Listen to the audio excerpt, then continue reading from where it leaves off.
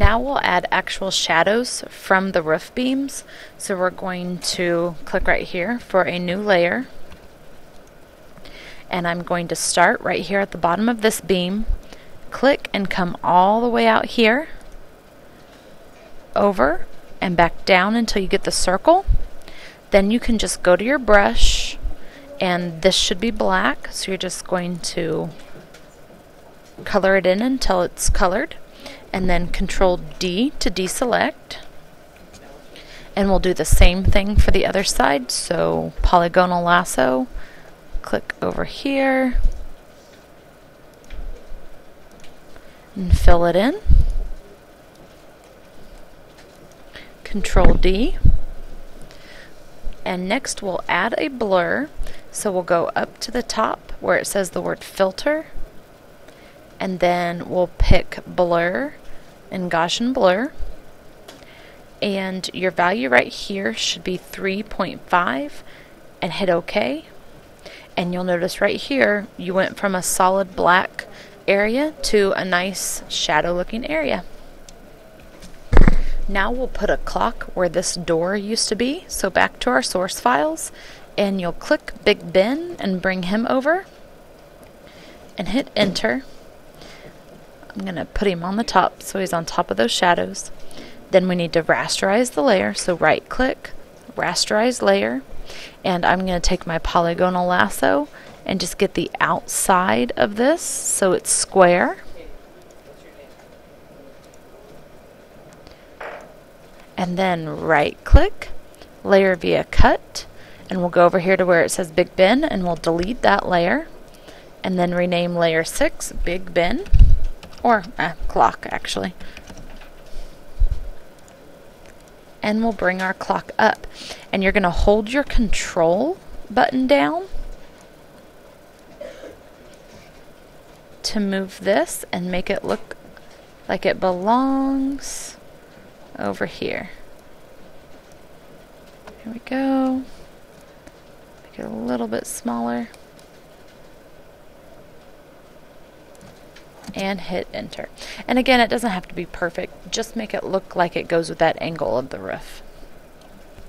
And now our adjustment layer will go with our color balance first. So down here to the little button, click and color balance. Okay, and this will happen to you occasionally. Look, there's no options here. So what I'll have to do is save what I have, close out of Photoshop, and then open it back up, and it will work. So let me pause and I'll be right back. Okay, so I saved my document, I exited out of Photoshop and opened it back up, and now it works. I have no idea why it does that. We just deal with it. So here I'm going to start with my highlights, or my shadows first. Those would be 6, 0, and -18. Oh, it didn't go onto my shadows. 6, 0, -18. Then my midtones should be 25, 6, -16. Now last we have highlights, and those are 11, 4, and -11. Again, we hold down our Alt and we do our clipping mask so it just goes on that clock. And next we are going to make a shadow for the clock just like we have been. So right down here to our new layer. Oops. Name it Clock Shadow. Get your brush. Make it pretty see-through and pretty small too, and we'll be adding our shadow onto the clock. So I'm just going to go around the edges like we have been, just to make it look like it fits a little bit better. Now we're ready for our chimney, so back to our source files and find our chimney. Click and drag it over, hit enter, and all we want is this concrete area and up.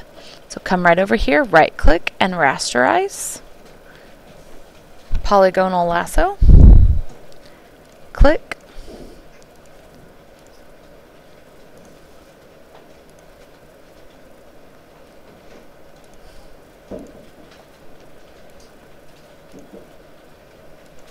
and right click and layer via cut. Get rid of your chimney layer and rename layer 6 as chimney.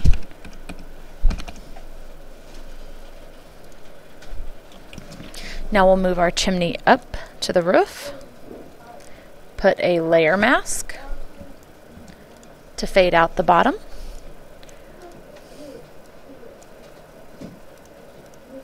just a little.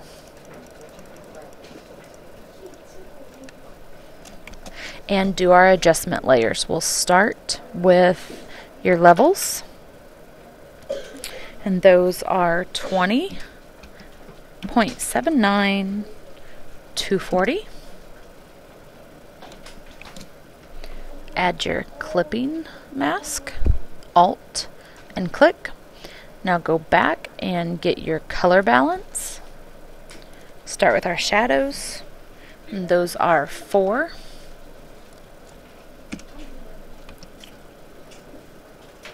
0, and -8. Midtones, -13, -6, -9. Highlights, 16, 11, and -9. Before we go on, make sure that you have everything clipped. I don't have my color balance over here clipped, so I'm going to hit Alt and click in between those two, so that that's just on the clock. Next we are going to, oh, that was on the chimney, sorry. Next we're going to make it look like there's smoke coming out of the chimney. So we're going to go to our new layer over here, and then we need to load the brushes. Now you can either double click on those when Photoshop isn't open, or you can go to your brush, and then up here where you select your brush, you can click down, and then right here you can go over.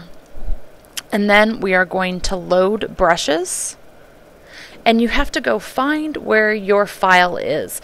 When you saved it, you should have saved it on your desktop, or it could possibly be in your downloads. So here I have my smoke brushes, and I'll just double click on those and go down, and here are a bunch. Now I want something that looks like it's coming out of a chimney, so I'm going to look at either this one or this one. So first I'm going to click on that one, and right now it's huge, so let's bring it down to where it could be coming out of the chimney, and then it is on black right now, so go over and pick white. And make sure you're on your new layer, and then I'm going to click once, and if it's not quite dark enough, click twice. And so now you have just a little bit of smoke that looks like it's coming out of the chimney. And then I'm going to take my smoke layer, double click and name it smoke,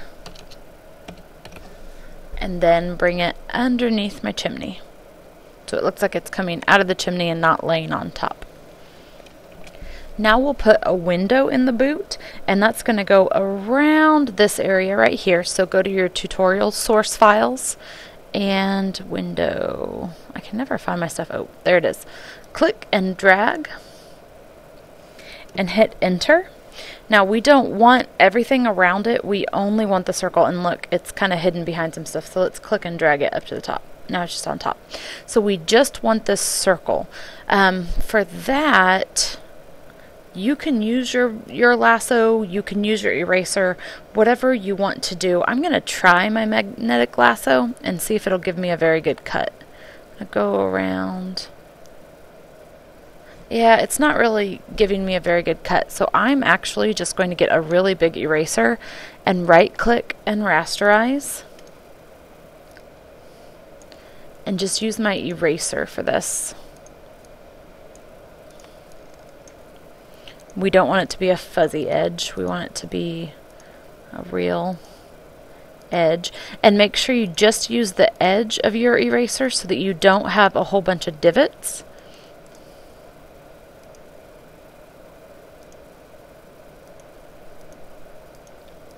And it's going to be pretty small, so you don't have to be all that great. So I'm going to go around and I'm going to erase this, and then I'll be right back after I do that. Okay, so now I have my clock cut out, and it's not the best, but if I need to clean it up, I'll do that here in just a minute. So I'm going to hold down Shift and make it smaller. Once we've resized the window, we'll come over here and we'll do a clipping mask on it. So right here at the bottom again, click and get that clipping mask. Go over and get your brush. Now the last brush we used was the smoke, so we're going to go get a fuzzy brush and turn that down and turn the opacity down quite a bit, and then zoom in. That might be a little bit much, but whatever. And then just come out to the edges and mask off the edge of your window. Now it looks pretty subtle, and that's because I have the opacity down quite a bit. You can bring it up, and so we are just making it so that you can't see the edge of this, and it's going to help it kind of fade back into the shoe. So go all the way around and do that. You guys should be used to doing this. You guys are doing the same thing over and over again, so this shouldn't be new.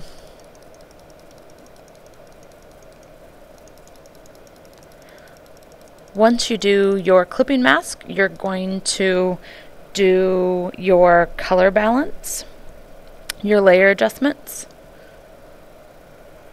Actually, you're going to do your shadow first. So let's do a new layer, and let's go ahead and do your shadow before we do your color adjustments. Oops, it's on white. Get it back to black. And then just go around like you have been and help it fade into your shoe. Wrong way. Okay, so now you have your window,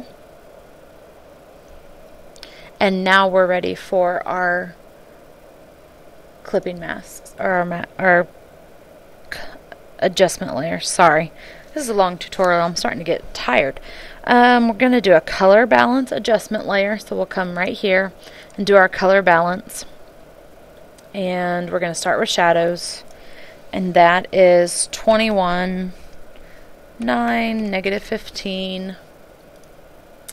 Our midtones are 29, 12, negative 4. And our highlights are 2, negative 4, and negative 2. And remember to do your clipping mask. So there you go. So that only applies to your window.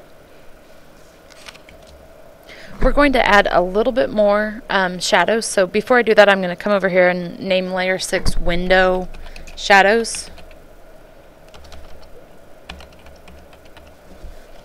And then I'll go back over and get my brush, and we're going to add a little bit more over here to the left side. Make this a little bit darker, and then you're going to get a yellow, like a golden yellow color,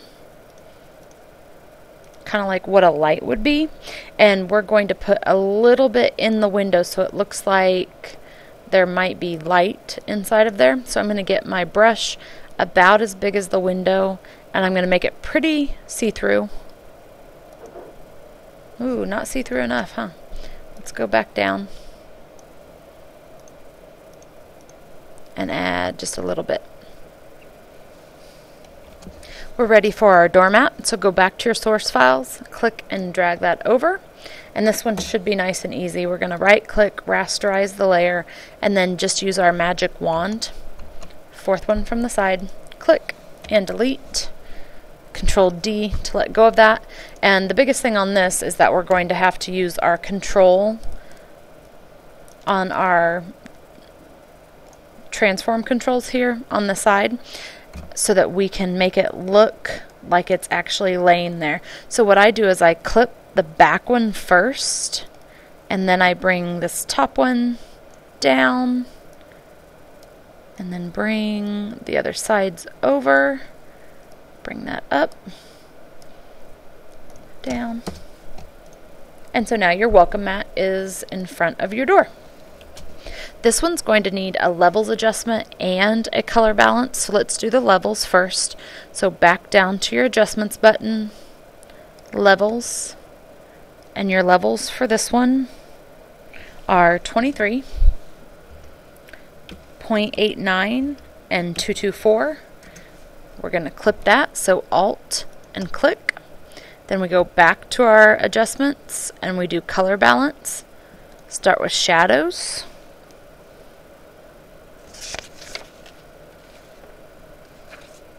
And those are -5, 1, -6, midtones, -2, -4, -11.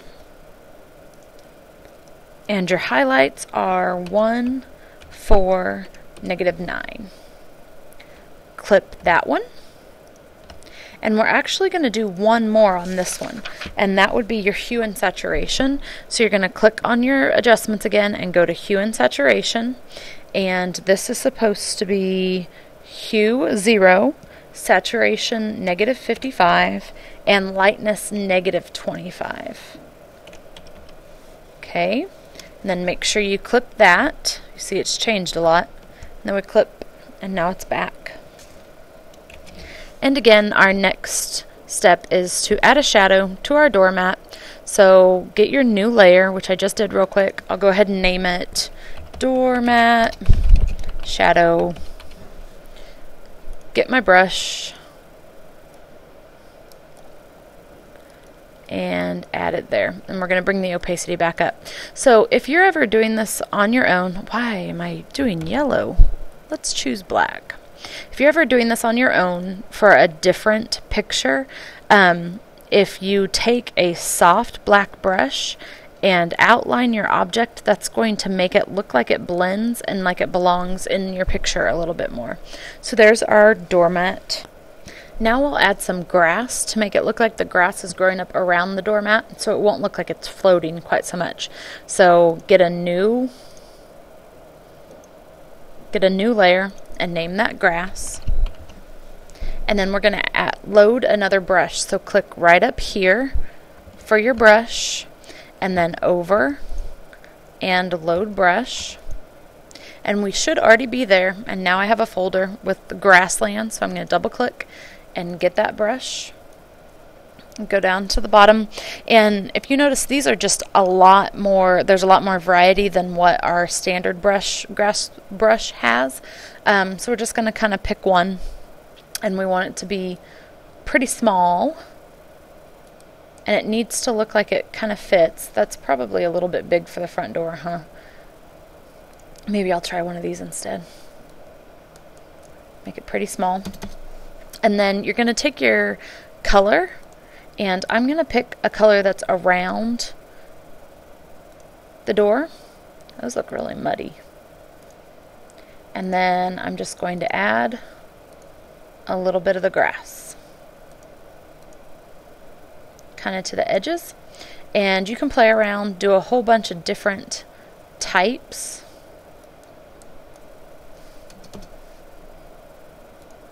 And see what might look best. Now, if you don't like that, which I'm not really loving that, I'm going to delete that layer, and I'm going to go back to our clone stamp tool, which is right here. I'm going to make it small. I'm going to go all the way to the bottom to my background, and I'm going to click Alt and sample some of that grass. So now I have some of that grass right there. Now I'm going to go all the way back up to the top to my doormat shadow and make a new layer, and then I'm going to bring the opacity down, and then I'm going to click and drag and add some of that grass along the edge of my doormat, and that way I'm copying the grass that's already there, and I prefer that instead of the brush. So you can do either way. You can either go get the brush, or you can use the clone stamp, which is right here. Just remember, if you want to sample from this grass, you have to go find it in the layer. So it's all the way back down here in your original layer. And then I always go get an empty layer. So here I'm going to do this. This is doormat grass.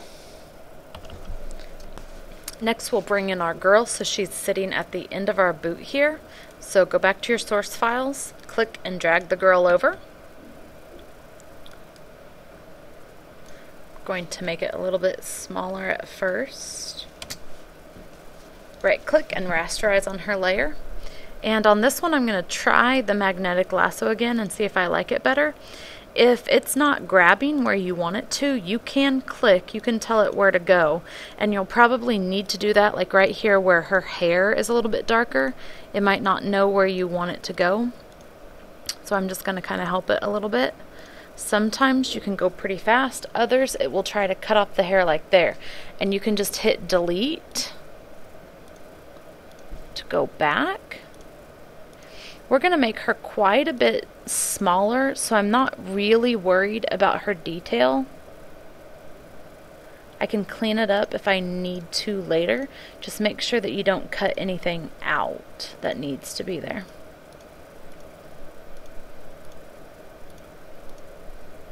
When you're doing a lasso, one of the biggest things that I'll tell you is to remember where you started, because it's really frustrating once you get all done and you can't find where that initial click was. When you're using the magnetic lasso, it is a little bit nicer because it gives you these little squares everywhere that you click. So I can see pretty easily where I started here.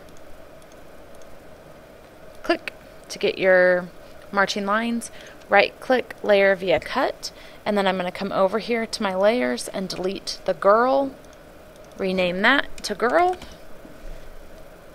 and then I'm going to make her smaller. We want her to be sitting at the end of the boot.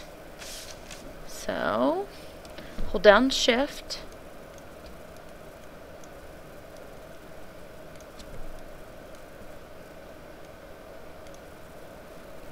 and make her quite a bit smaller. I want it to look like she's on that crease right there. So there she is.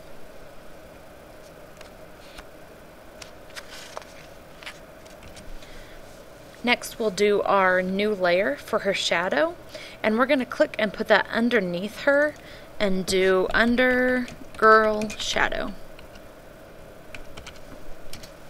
Go get your brush. Get it off those grass brushes and do the fuzzy one. Bring it down. The opacity needs to be down again. And then not on green, we want it on black. Click and drag and add that shadow that we're used to right there underneath her. Now we're going to add more kids. We have two girls running right here, so we're going to click and drag and bring that one over. Hit enter and make sure it's on top of everything. So there it is. And so you're going to cut these girls out just like we did the last one. Right click, rasterize, and then I'm going to take my magnetic lasso again and cut them out. And I'm going to pause this while I cut them out, and then I will be back. Okay, so I have cut them out, and here's the girls running. I'm going to delete that and rename layer 6 to girls running. And make them lots smaller. If you'll notice, they're pretty, it's pretty messy, but once you come down here and make them smaller, you won't be able to see all that grass because it'll blend into your grass that's there. Now we need a color adjustment layer, color balance. So I'm going to go right here and go up to my color balance. Our shadows are 9, 13, and -26. Midtones, 13, 40, -23. And highlights, 8, 35, and -16. And that's horribly green, so you want to make sure and do your clipping mask so it's only on the girls. I've zoomed in on the girls, and if you look, you can see that they are a weird shade of green from our color balance layer. So what we're going to do is we're going to click right here on your color balance, and we're going to take our brush, and you're going to click on the girls just a few times so that their hair and their outfits a little bit, but mostly their hair and their skin won't look green anymore. So now you don't have that on their skin anymore. Now we're going to add a red balloon. So go over to your source files and click and drag your balloon in. Holy moly, that's huge. Get back out here. It's going to be with your running girls, so it can be pretty small. But let's go ahead and cut it out before we make it too small. Right click and rasterize. I wonder if our magic wand will work. A little bit. Click on what you want to go away and press delete, and there we have it all. Now Control D, and we're going to bring that over, and we don't want it to be gigantic, so let's make it smaller. Move it down and over. It's going to be in her hand over here.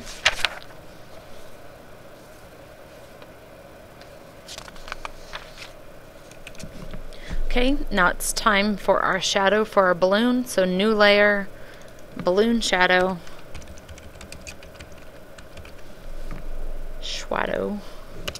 balloon shadow.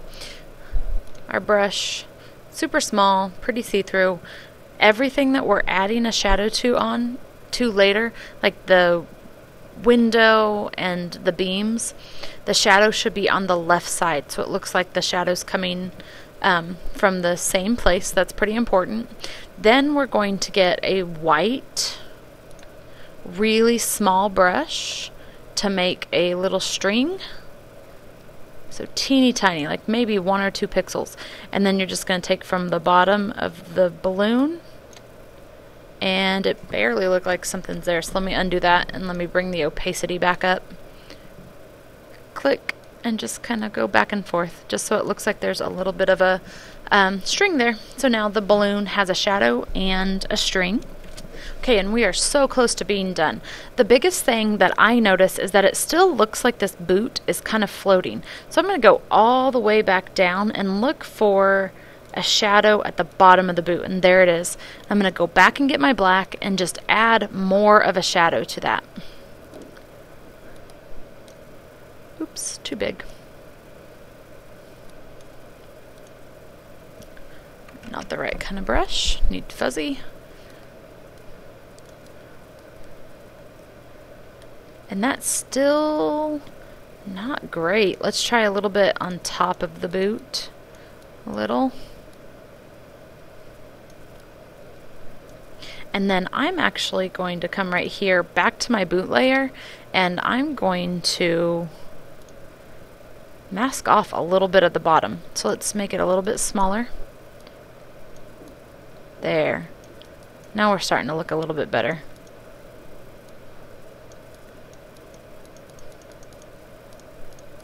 Just make it kind of fade in. There you go.